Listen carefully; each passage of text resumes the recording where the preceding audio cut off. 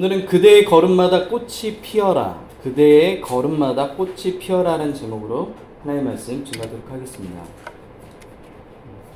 현우 씨 잘 지냈어요? 요즘 직장 생활하느라고 피곤하지. 최근 피로사회라는 책을 써서 유명해진 한병철 교수님이 새로운 책을 출판했습니다. 저와 이름이 같죠. 병철이라는 분이. 서사의 위기라는 책을 발간했습니다. 최근 제가 고민하고 있던 문제에 대한 답을 제공해 준 책입니다. 이 책에서 한병철 교수는 오늘날 현대인이 서사를 잃어버렸다고 말합니다. 서사는 쉽게 말해 삶에 영향을 주는 이야기를 서사라고 합니다. 뭐라고요? 삶에 영향을 주는 이야기를 서사. 그래서 문학평론가 신형철 선생은 서사란 삶의 진실을 담고 있는 글, 서사란 삶의 진실을 담고 있는 글이라고 정의합니다. 오늘날 우리가 읽는 이야기는 주로 다 소비성에 대한 이야기예요. 여러분들이 핸드폰으로 보는 대부분의 이야기들 가운데 기억에 남는 이야기가 있어요? 있어요? 대부분 다 금방금방 사라져버리죠. 여러분이 심지어 좋아요를 눌렀어. 그런데도 다 사라져버리죠. 왜 그럴까요? 우리의 기억 속에서 소비성 이야기이기 때문에 우리에게 큰 울림을 주지 않아요. 하여간 어렸을 때 내가 읽었던 동화책 어때요? 기억이 남죠? 아낌없이 주는 나무 알아요? 그래. 로이 알아? 오케이. 로이 아는 건 좋은데, 장난감은 나중에 가지고 놀아야 돼. 아낌없이 주는 나무. 아직도 내용 기억나죠? 울림이 있는 이야기들, 이런 이야기들이 서사라고 얘기하는 거야. 예훈이한테 아낌없이 주는 나무 같은 울림 있는 이야기가 있어? 책? 어떤 거? 기억이 안 나? 성진 좀 있어? 없어? 영민 집사님 있어요? 모르겠어요? 저한테 기억에 남는 거는 문성호 목사님이 딸들에게 들려줬던 이야기, 토끼하고 호랑이 이야기 얘기해줬잖아요. 기억나요? 저 토끼가 나와가지고 호랑이가 토끼한테 얘기하는 거에 나와가지고 호랑이가 잡아먹겠다고 얘기해야 되는데 어떻게 했다고 얘기했죠? 토끼 아저씨 배고파요? 밥 좀 주세요.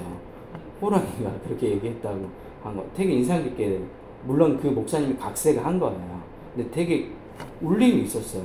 하나님 나라의 관점들은 이렇게 바뀌어야 되겠구나. 강자가 약자를 잡아먹는 게 아니라 똑같은 존재로서 대우하고. 너무 귀엽잖아요. 잡아먹겠다 이런 게 아니라 배고파요 토끼 아저씨 밥 좀 주세요. 호랑이. 서사라는 거에 어떤 건지 알겠죠? 울림을 주는 이야기, 이런 것들을 서사라고 얘기하는 거예요. 한병철 교수는 소비성 이야기로 중독된 우리가 서사의 위기를 맞고 있다고 이야기합니다. 서사는 이야기를 통해 자신을 돌아보게 만드는 힘이 있어요. 그렇게 좋은 이야기들은 듣는 게 그 이야기로 끝나는 게 아니라 그 이야기를 들을 때 내가 내 자신의 과거, 현재, 미래까지 성찰하게 돼요. 그 이야기하고 나는 별개잖아요. 근데 그 이야기를 듣는 순간 나한테 오버랩해서 대입해서 생각을 하는 거야. 이게 서사가 가지는 힘이라고 이야기를 합니다. 우리의 삶을 돌아보는 것, 과거, 현재, 미래까지 연결해서 삶을 성찰하는 것, 그게 서사가 주는 힘이라고 이야기합니다. 여러분 한병철 교수님의 말에 동의가 되나요? 저는 최근 설교에 대한 고민을 하고 있었어요. 오늘날 기독교의 위기는 목회자들의 설교입니다. 여러분도 설교 듣기 힘들죠? 아니에요? 여러분이 아시는 것처럼 제 설교는 한편의 에세이처럼 연결하는 방식이에요. 기존 패턴의 목회자들하고 좀 다르죠. 그래서 사람들이, 처음 듣는 사람들이 굉장히 적응을 못해요. 설교인지 이야기인지 저게 뭐지? 첫째, 둘째, 셋째도 안 나오고 뭔가 강조하는 것도 없는 것 같고 도대체 뭘 하고 계시는 거지? 처음 듣는 사람은 굉장히 혼란스러워요. 여러분도 그랬을 거예요 아마. 삶의 이야기와 성경의 이야기가 개연성으로 연결되고 설교를 통해 역사 저 너머에 있는 신앙의 선배들을 오늘날 우리의 삶의 현장으로 데려오기도 하고 반대로 우리가 어떻게 했죠? 여러분을 데려서 그 현장으로 데려가기도 했어요. 기억이 안 나나요? 제가 고민하는 것은 목회자들의 그 설교 형태였는데 유행이 한참이나 지난 원어 성경 설교 방식들이 요즘에 너무 유행하고 있어요. 그러니까 SNS 보면 대부분 다 그런 것들을 올려요. 그리고 맞는 내용이 많이 없어요. 안타깝게도. 원어를 공부하는 건 굉장히 중요해요. 왜냐하면 원어를 제대로 알아야 사람들에게 본뜻을 전할 수 있는 거잖아요. 근데 우리가 그런 거예요. 어설픈 영어 실력 가지고 번역한 느낌이에요. 그런 책들 볼 때 굉장히 화나거든요. 저 번역이 잘못된 책이 있어요. 읽었는데 뭔 내용인지 이해 못돼 하는 책들 있잖아요. 그거는 여러분의 독해 문제가 아니라 번역한 사람이 잘못 번역한 거예요.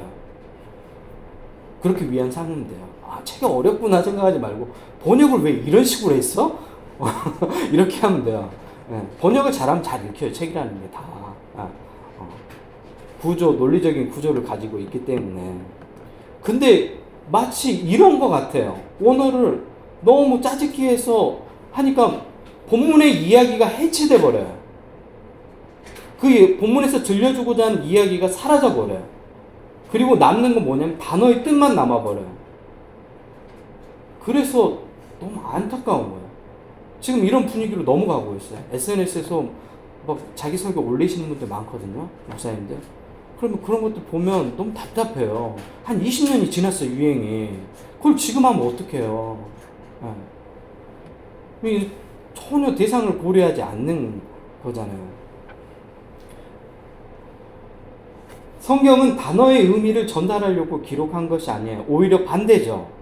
뭘 전달하죠? 신앙의 이야기를 통해서 우리에게 메시지를 전하는 거예요. 그러면 단어들을 공부해서 그 이야기가 완전하고 깊은 내용의 이야기가 될 수 있도록 전달하는 게 목적인 거예요. 근데 그 반대로 하고 있잖아요. 이야기를 다 해체해버려요. 설교를 듣고 난 다음에 이야기가 남아요? 아니죠. 반대로 뭐가 남죠? 어떤 단어에 대한 부분만 남는 거죠. 더 얘기 안 할게요. 신앙의 이야기를 들려주기 위해서 사용한 아람어, 히브리어, 헬라어를 사용하는 거예요. 그리고 대부분 원어라 그러면 헬라어를 공부해야 되는 게 아니라 아람어를 공부해야 돼요. 요한계시록을 썼던 언어는 아람어예요. 아람어. 그 아람어를 당시 사람들이 헬라 사람들이기 때문에 헬라어로 기록한 거예요. 그러면 원래 말은 사용했던 말은 아람어라고요.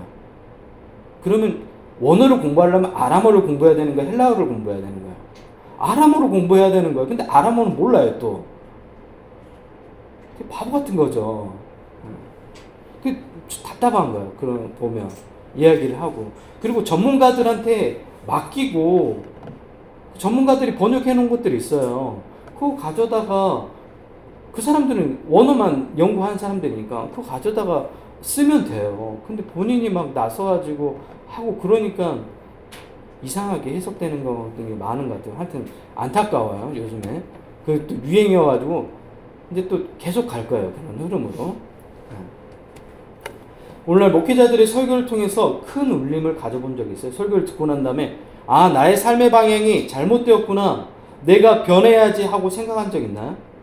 별로 없죠. 설교에서 서사가 사라졌기 때문에 그런 거예요. 오늘날 설교가 필요한 이유가 바로 이거예요. 서사를 가진 설교가 필요한 이유가. 한병철 교수가 말하는 서사가 성경에도 있습니다. 성경의 대부분의 내용이 뭐로 되어 있죠? 서사로 되어 있어요. 오늘 우리가 읽었던 이야기도 서사잖아요. 중국에 사자성어가 있죠. 사자성어가 네 글자의 한자어인데 그 한자어에 이야기를 담고 있죠. 그래서 사람들이 아직도 사자성어를 쓰잖아요. 여러분이 자주 쓰는 사자성어 뭐예요? 예원이 아는 사자성어 뭐예요? 그치, 설상가상. 체로이가 아는 사자성어는 뭐 있어? 목사님 맞추면 오늘 탕후루 사줄게. 아, 공부를 평소에 했었으면 탕후루 먹었지. 어? 지났어 이제. 영민 씨가 좋아하는 사자성어는 뭐예요? 뭐라고? 앙거 뭐라고? 앙거 이사? 위사? 무슨 뜻이야? 와, 무슨 뜻인지 모르면 안 돼. 영민쌤이 좋아하는 사자성어는 뭐예요? 전화위로. 오케이. 예은이가 좋아하는 사자성어는 뭐예요? 좋아하는 사자성어. 또 리뷰하지 말고 그냥 얘 답해. 좋아하는 그러니까 사자성어 뭐냐고. 좋아하는 사자성어. 아는 사자성어 얘기해봐. 오징어. 현우 씨 좋아하는 사자성어 있어요? 뭐라고? 화, 만, 뭐라고? 이제 잘 안 들려. 화, 광, 반, 족, 무슨 의미에? 마지막으로 큰 힘을 쓰는. 오케이. 여러분도 각자 좋아하는 사자성어가 있고 아직도 사용되고 있잖아요. 이런 것들이 뭐라고요? 서사가 가지고 있는 힘이에요. 네 글자지만 그 안에 이야기를 담고 있잖아요. 그래서 사람들이 아직도 사자성어를 인용하고 또 자기의 어떤 글을 쓸 때 사자성어를 통해서 자기의 마음을 표현하기도 하는 거잖아요. 셰익스피어의 4대 비극 있죠. 아직도 읽어요, 안 읽어요? 읽죠. 그걸 왜 읽는 거예요? 거기 서사 안에 힘이 있는 거예요. 이렇게 과거의 이야기인데 계속해서 읽혀져 가는 걸 뭐라고 얘기하죠? 고전이라고 하는 거예요. 모든 고전에는 뭐가 있어요? 서사가 있어요. 서사가. 성경에도 이러한 힘이 있어요. 성경에도 동일하게 서사가 있다고 얘기했죠. 네. 이제 그 진짜 힘이 있는지 성경 속으로 들어가서 확인해 볼까요? 오늘 우리가 살펴본 본문은 묘한 긴장이 흐릅니다. 요단강을 사이에 두고 이쪽은 여리고 사람들, 이쪽은 이스라엘 사람들. 전쟁 직전의 상황인 거예요. 마치 우크라이나와 러시아와 같은 상황인 거예요. 전쟁 터지기 전에. 공격해 여리고 성내에 진입해야 되는 이스라엘 사람들, 반대로 여리고 성을 지켜야 되는 여리고 사람들. 두 진영 모두 상대방 움직임에 촉각을 곤두세우고 있었습니다. 이러한 대치 상황에 먼저 행동을 취한 건 이스라엘 사람들입니다. 여호수아가 가장 신뢰하는 2명의 사람을 뽑습니다. 그리고 여리고 성내로 정찰을 보내요. 2명의 정탐꾼이 숙소로 정한 곳은 몸을 팔아 생계를 유지하는 라합이라는 여성의 집입니다. 여리고 성 잠입에 성공했다는 안도감을 가질 여유도 없이 이 소식은 곧바로 누구에게 전해지냐면 여리고 왕에게 들어갑니다. 여리고 왕은 곧바로 사람을 보내요. 그리고 여리고 왕이 성내에 잠입한 스파이를 찾아 수색한다는 소문이 누구에게까지 들려요? 라합에게까지도 들려옵니다. 이것은 라합에게 기회예요. 어떤 기회죠? 라합은 몸을 팔아서 삶을 살아갔던 그런 바닥의 인생의 사람이었어요. 자신의 운명을 벗어날 수 없는 사람이었어요. 근데 기회예요. 이 여리고에서 온 2명의 사람을 고발하면 이익을 얻을 수가 있어요. 굉장히 인생의 기회를 잡은 거예요. 로또 같은 거예요. 네. 만약 이 사람들을 고발하면 어떤 일이 벌어지겠어요? 여리고 왕이 많은 것들을 하사하겠죠. 네. 스파이를 잡은데 크게 공로한 거에 대해서.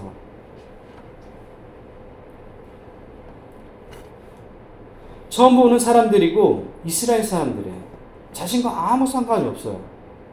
어떤 죄책감도 없는 거예요. 그 사람들이 죽기밖에 더 하겠어요. 고발할 때. 라합은 인생에서 큰 기회를 얻었지만 하지만 어떻게 된 일이지? 라합은 스파이 두 사람을 세마포 나무를 말리기 위한 3대 아래에 숨겨줘요. 왕이 보낸 사람들이 라합에게 묻습니다. 이스라엘에서 온 두 사람이 너희 집으로 들어간 것을 본 사람이 있다. 그들이 어디 있느냐? 이 라합이라는 여자 굉장히 지혜롭게 얘기합니다. 과연 그들이 우리 집을 방문했고 어두워지기 전에 성문을 나갔습니다. 급히 따라가면 그들을 잡을 수 있을 것입니다. 저도 이런 경험이 있어요. 10대 때는 왜 그렇게 철이 없는 행동을 많이 하는지. 그리고 저한테 잘못됐다고 얘기해주는 사람이 별로 없었어요. 주변의 사람들이, 교회 선생님들도 괜찮아. 괜찮다고 얘기했어요. 아니, 나쁜 짓을 하는데 괜찮대요. 그 나쁜 짓을 많이 했어요, 10대 때. 마땅히 행할 것을 가르쳐준 사람이 없는 거예요. 나중에 알았어요. 그게 나쁜 짓인지. 그러니까 나쁜 짓을 많이 했어요. 얘는 상처받지 말고, 그렇죠? 네. 롯데리아 같은 패스트푸드점이었는데 지하에 또 이제 있고 위에서는 주문할 수 있는데요. 지하에 내려가면 지하는 대부분 다 학생들이 많이 다니니까 뭐가 많이 되어 있어요? 낙서가 많이 되어 있어요. 어느 날 갔더니 거기가 깨끗이 칠해져 있는 거예요. 아싸! 왜 이렇게 깨끗해? 우리가 첫 낙서를 할 수 있는 사람이 된다. 친구들하고 매직펜을 사와가지고 그 깨끗이 매장 안에, 그러니까 새롭게 더러우니까 사장님이 깨끗이 다 칠해놓은 거예요. 근데 거기다 첫 번째로 낙서를 하는 거예요. 유병철, 그때 좋아했던 여학생 이름 적고 하트, 이렇게 딱 해놓은 거예요. 아, 그 처음 낙서했을 때 그 기분, 내가 1등이야. 굉장히 나쁜 짓이지만, 내가 했잖아. 아무도 가르쳐준 사람이 없다고. 그리고 우리 친구들하고 너무 낙서를 빼곡히 첫 번째 1등으로 하고 나와서 당당하게 나왔어요. 한참 그 발 앞에 공원이었는데, 공원을 걸어가고 있는데, 뒤에서 롯데리아 직원들이 뛰어오는 거예요. 그래가지고, 낙서하고 간 사람들을 찾는다고 얘기하는 거예요. 우리가 뭐라고 얘기했어요? 저쪽으로 뛰어갔다고 그랬어요. 굉장히 태연하게. 마치 그 사람이 아닌 것처럼. 그러니까 저쪽으로 뛰어가더라고요. 라합이 그렇게 하는 거예요. 지혜로운 여성이었어요. 지금 생각해도 왜 그런 짓을 했는지 잘 모르겠어요. 하여튼 가르쳐준 사람이 없었어요.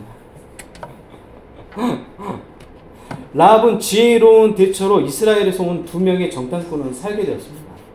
라합은 밑바닥 인생을 사는 여성이죠. 남성들은 그녀를 통해 성적 욕망을 해소하는 도구로 생각을 했어요. 그녀를 물건처럼 대했습니다. 하지만 이스라엘에서 온 이 두 사람은 달랐어요. 라합은 처음으로 남성에게서 여성으로 존중받는 느낌이 들었습니다. 그리고 그 사람 중 한 사람의 이름을 알게 되었는데 그 사람의 이름이 바로 살몬이라는 사람입니다. 여리고 왕이 보낸 사람들은 라합의 말대로 요단강 나루터까지 추격해 갔어요. 저쪽으로 갔다고 하니까 거기까지 쫓아간 거예요. 근데 있어요, 없어요? 없죠. 거짓말이니까. 그리고 성문은 닫혔죠. 라합은 잠들기 전에 옥상으로 올라가 살몬에게 말합니다. 9절입니다. 여호와께서 이 땅을 너에게 주신 줄 내가 아노라. 우리가 너희를 심히 두려워하고 이 땅 주민들이 다 너희 앞에서 간담이 녹나니. 그리고 홍해 사건과 아모리 사람과의 전쟁 승리에 관한 이야기를 합니다. 그리고 위대한 고백을 하죠. 11절 하반절입니다. 너희 하나님 여호와는 위로는 하늘에서도 아래로는 땅에서도 하나님이시라. 이방 여인이 하나님에 대한 소문만 듣고 하나님을 향한 뭘 가지게 된 거예요? 경외심을 가지게 된 거예요. 하나님을 뭐 했냐면 인정한 거예요. 이방 여인이었는데. 오히려 이스라엘 백성들은 홍해 사건의 현장 안에 있었어요, 없었어요? 그 현장 속에 있었는데 하나님을 하나님으로 인정했나요? 아니죠. 하나님이 이러한 기적들을 광야에서 보여주셨는데도 불구하고 이스라엘 백성들은 끊임없이 어디로 가려고 했어요? 애굽으로 돌아가자. 근데 이 이방 여인은 저 멀리서 여리고 성 안에서 그 소식을 듣고 하나님이 하늘에서도 땅에서도 하나님이라고 얘기하는 거예요. 상처나지 하나님이라고 고백해버린 거예요. 너무 멋있지 않아요? 심지어 하나님을 직접적으로 만나뵌 적도 없는 여인이 이런 고백을 하는 거예요. 이방 여인이. 라합의 삶과 그녀가 하는 일은 더러웠지만 그녀가 바라는 새로운 세상은 아름다웠어요. 라합은 살몬과 일행이 살 수 있도록 자신의 집 창문에서 줄을 내어 성 밖으로 탈출시킵니다. 스파이를 보내주는 거죠. 그리고 추적자를 피해 산에 들어가 사흘 동안 숨어 있으라고 조언해줘요. 왜? 추격대들이 계속해서 주변을 찾을 때까지 추격하니까 사흘 정도면 다시 돌아갈 거라고 이야기하는 거예요. 굉장히 지혜로운 여성이에요. 천한 신분이었지만 삶의 바닥의 인생이었지만 굉장히 지혜로운 여성이었습니다. 그리고 살몬은 라합에게 전쟁에서 승리할 때 구해줄 것을 약속합니다. 2장 14절입니다. 여호와께서 우리에게 이 땅을 주실 때에 인자하고 진실하게 너를 대우하리라. 전쟁에서 승리하면 너를 인자하고 진실하게 대우할 것이라고 약속을 해줍니다. 라합의 지혜로 두 사람은 무사히 진영으로 돌아갔고 곧 전쟁이 시작되었습니다. 전쟁은 하나님의 기적적인 도움으로 이스라엘이 대승을 거두었어요. 거대한 여리고 성이 무너져 내린 것입니다. 살몬에게 이 모든 이야기를 들은 여호수아가 말합니다. 여호수아 6장 17절입니다. 이 성과 그 가운데 있는 모든 것은 여호와께 온전히 바치되 기생 라합과 그 집에 동거하는 모든 자는 살려두라. 라합이라는 이 지혜로운 여성 때문에 가족 모두가 살게 된 거예요. 여호수아의 명령으로 정탐하러 간 두 사람이 라합의 집에 들어가 그의 부모, 그의 형제, 그에게 속한 친족까지 모두 구출해냅니다. 이제 새로운 세상이 시작되었어요. 그리고 그 새로운 세상에 라합과 그의 가족들은 함께할 수 있게 되었습니다. 라합은 더 이상 몸을 파는 기생의 삶을 살지 않아도 되었습니다. 라합은 가족들과 이스라엘 사람들과 동등한 대우를 받게 되었어요. 이 모든 일이 약속을 철저하게 지키는 살몬이라는 사람 덕분입니다. 살몬도 여리고성을 정복하는 과정에서 많은 생각이 바뀌었어요. 특히 이방 여인을 향한 편견이 사라져버렸죠. 오히려 이스라엘 여인에게 없는 믿음이 누구에게 있었어요? 라합에게 있었어요. 자기 민족들 보니까 늘 원망하고 그런데 이 이방 여인인데 하나님에 대한 경외심을 가지고 있는 거예요. 하나님을 인정하는 삶을 살려고 하는 거예요. 그래서 이방 여인에 대한 편견이 사라진 겁니다.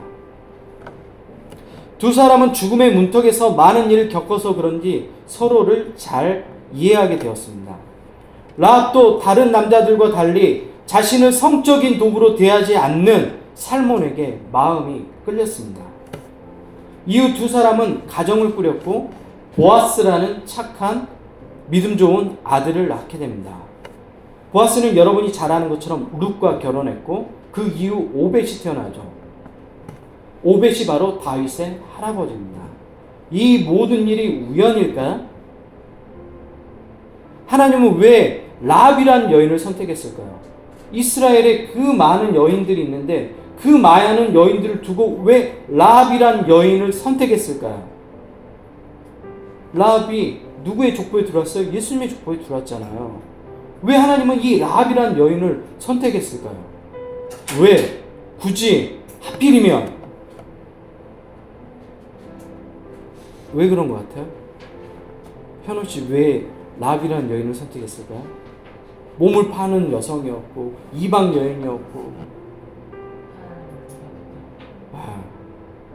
맞아요. 정답이에요.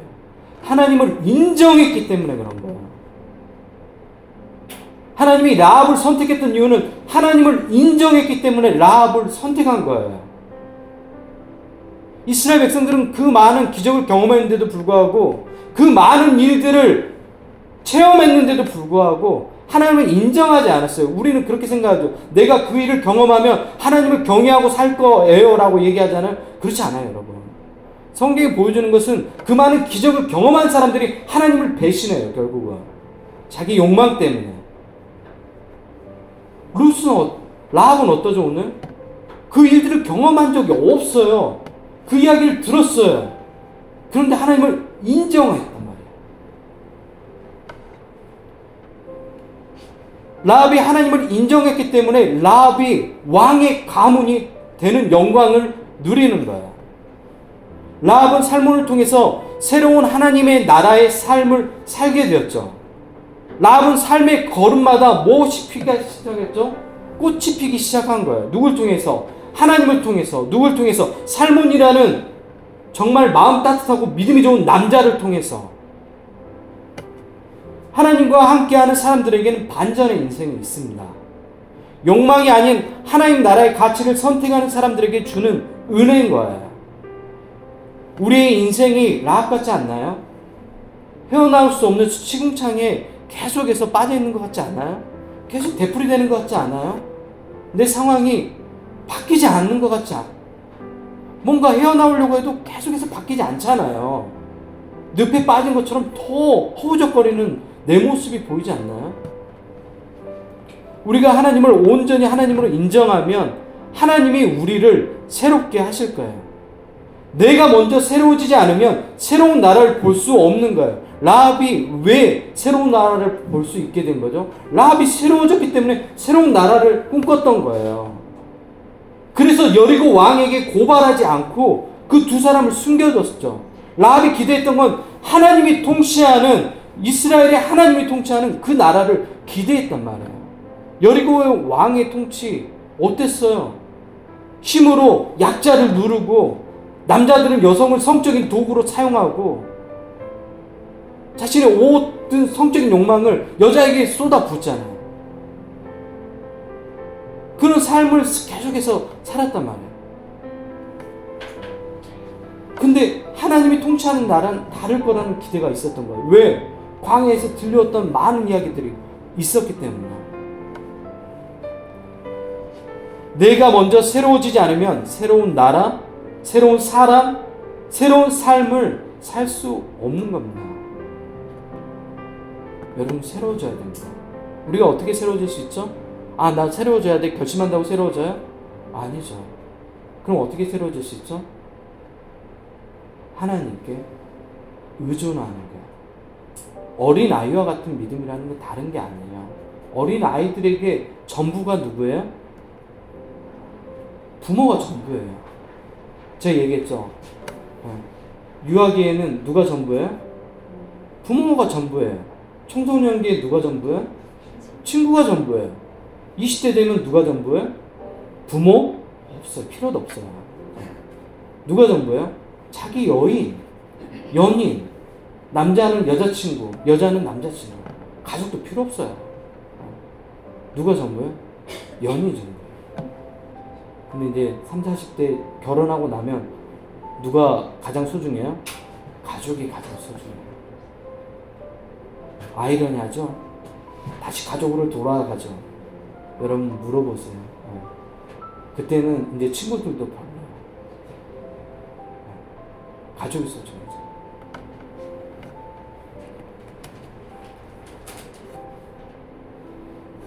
하나님이 여러분의 걸음마다 꽃이 피도록 축복해 주실 겁니다.